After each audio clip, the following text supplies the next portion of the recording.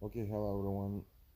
In this video, I'm going to be talking about incompatible properties, what we may term or call or dub incompatible properties, which would be properties for which it is true that they are impossible to be instantiated within the same particular, within the same substance, within the same underlying substrata, uh, same logical or metaphysical subject, when they say. And I think that the whole issue of metaphysics as a synthetic a priori discipline, as Kant talks about it, the whole issue of metaphysics rests exactly in this question: whether we are justified uh, in inferring from our inability to co-predicate certain terms to the same subject, whether we infer from that some real metaphysical relation in the world of incompatibility between properties, or compatibility between properties, or even necessary implication between properties. So those will be three possible relations between properties and predicates, both in the ontic and in the conceptual linguistic registry. So I'm going to start by reading you a quote from DJ O'Connor. DJ O'Connor exclusive. I'm kidding. The article is called Incompatible Properties. Simple as that. I'm going to read you a quote. So he says, suppose then that we treat sentence 1, which states nothing can be both red and blue all over. That is a example of incompatible properties, description of incompatible properties. So suppose we treat that statement not as a necessarily true statement, but as a higher order rule of designation. This has the advantage that we do not now have to say, let us suppose one to be falsified. We cannot do this without producing counterexamples, and it is the very fact that it is logically impossible to produce counterexamples that renders one so puzzling. Whereas if we treat one as a rule of language, we gain two advantages. We can now see why it is impossible to offer counterexamples, or even to start looking for them.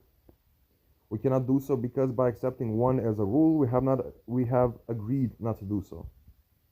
We should certainly be misunderstanding one if we started a search for such counter instances, but not because we should be mistaking a necessary proposition for an empirical one. We should be mistaking a rule for a statement.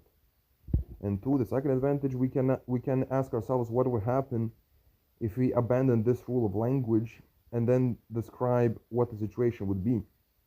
This description will have all the logical effect of our wished for counterexamples and more, for it will show us what force the rule has, he says. End quote. So I'm going to comment briefly on it.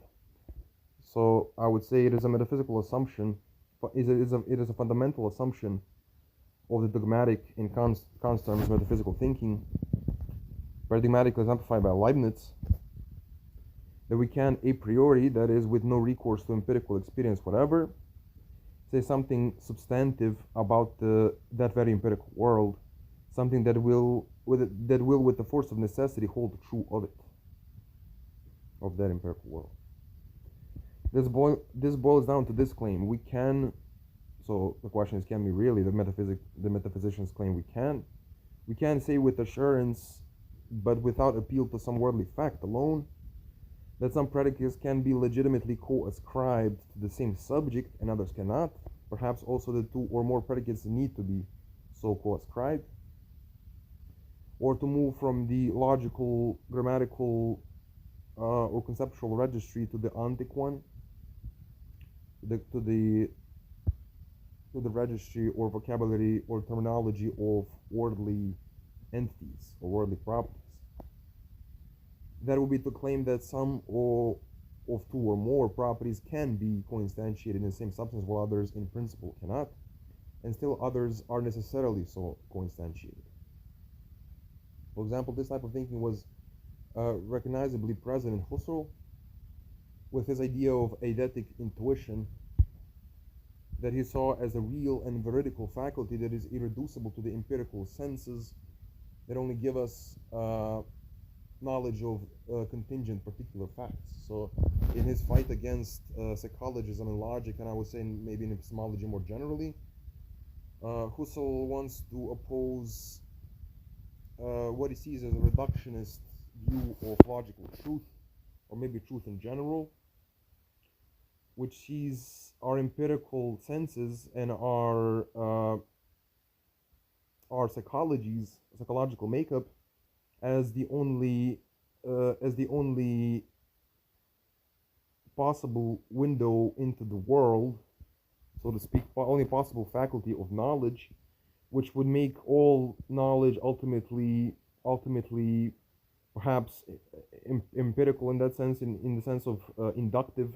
So all we would have are generalizations from particular cases, which would never amount to an apodictic certainty or never amount to an universal or necessary truths that he thinks logic embodies, logic in the real sense. So that is why we must have this other faculty, which he calls eidetic intuition, or intuition of ideas, basically, maybe in a sort of a Platonistic sense, in a sense similar to Plato sense, which would be like something like universals. Maybe he might, when I want to call them universals, but they will be something like some kind of intelligible forms, which are also part of the world. The world is not exhausted by particular things that occur in it, or that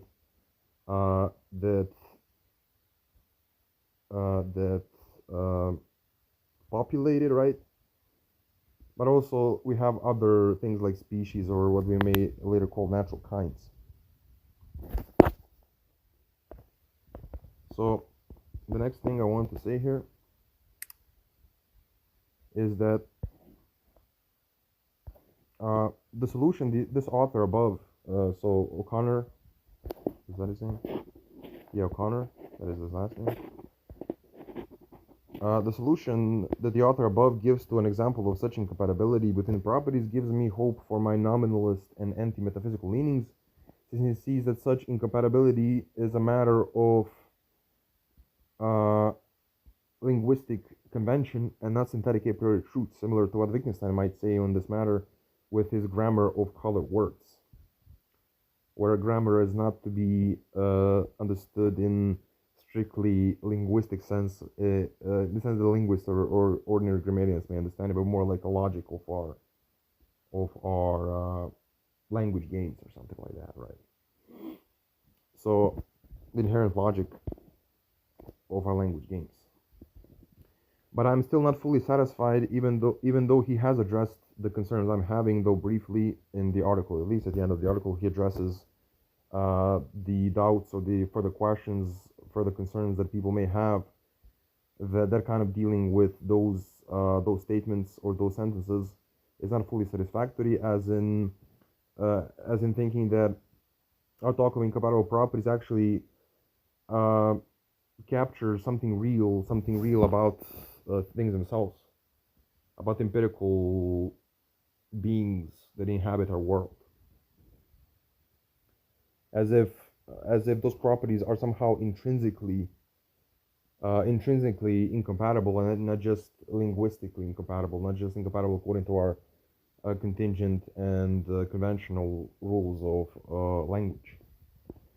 So if you take blue simply to mean not red, then this statement would stop to be so puzzling and would turn out to be a simple analytic proposition. So saying no blue thing is red would amount to saying that no non-red thing is red, which is true almost by definition, or is true simply by the syntax of the sentence. Whereas the former sentence is not true merely due to the syntax or to the grammatical structure of the sentence, but also we have to take into account the semantic force or the semantic meaning of the constituent terms. But blue means more than just not red. I'd say, this is my comment. It also has a positive in addition to the negative connotation, although that cannot really be defined verbally and it must be shown ostensibly. So why do I say it also has a positive, in addition to the negative connotation of not red? Because, also green and also brown and also yellow, all of those things we could say implicitly have the connotation of not being red, but not all of them are synonymous. So the meaning of blue cannot be reduced to simply not red, simply to that negative connotation.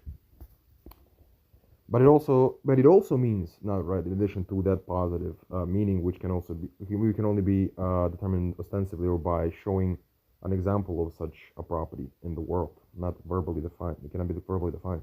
But it also means not red, right? Is that a part of its conventional meaning? If so, then the above statement would be analytic, because it picks out the part of that meaning. It doesn't have to pick out the whole of that meaning in order to be analytic. It can only pick out the part of that meaning, part of the subject term. But the author proposes that we not look at such statements as statements at all, but as rules, as it says, linguistic conventions.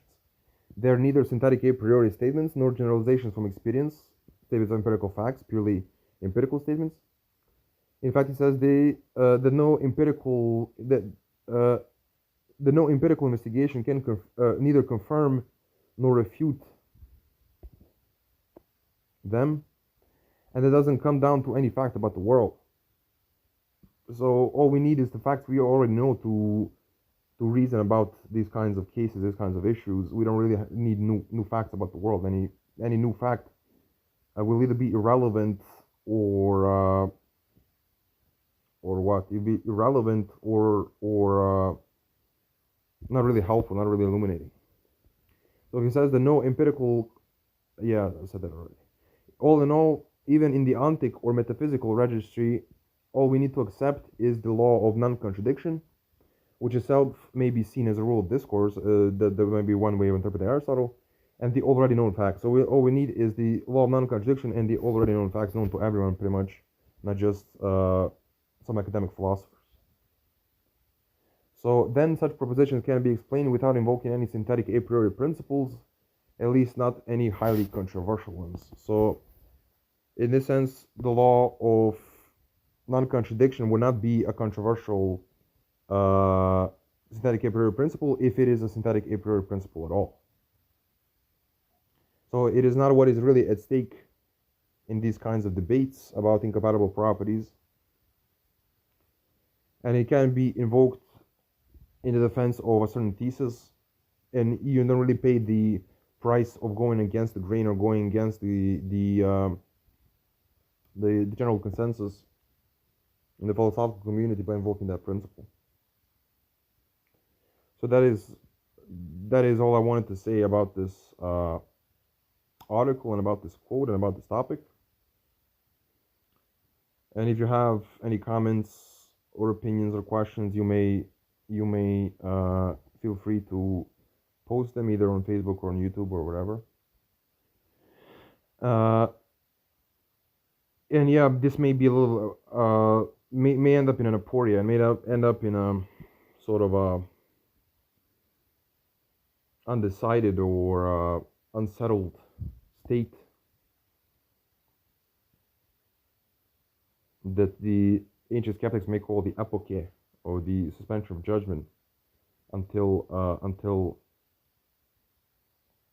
sufficient and conclusive proof is presented.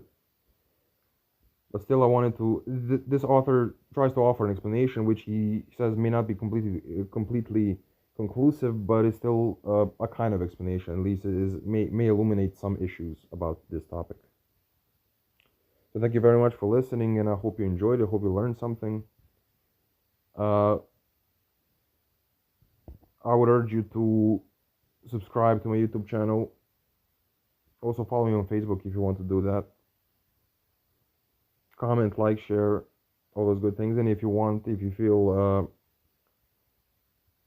feel inclined, you can also try supporting me through PayPal. I will post a link to my PayPal in the description, where you can also support me in a monetary type of way. Otherwise, enjoy yourselves and take care of yourselves, and I'll see you next time.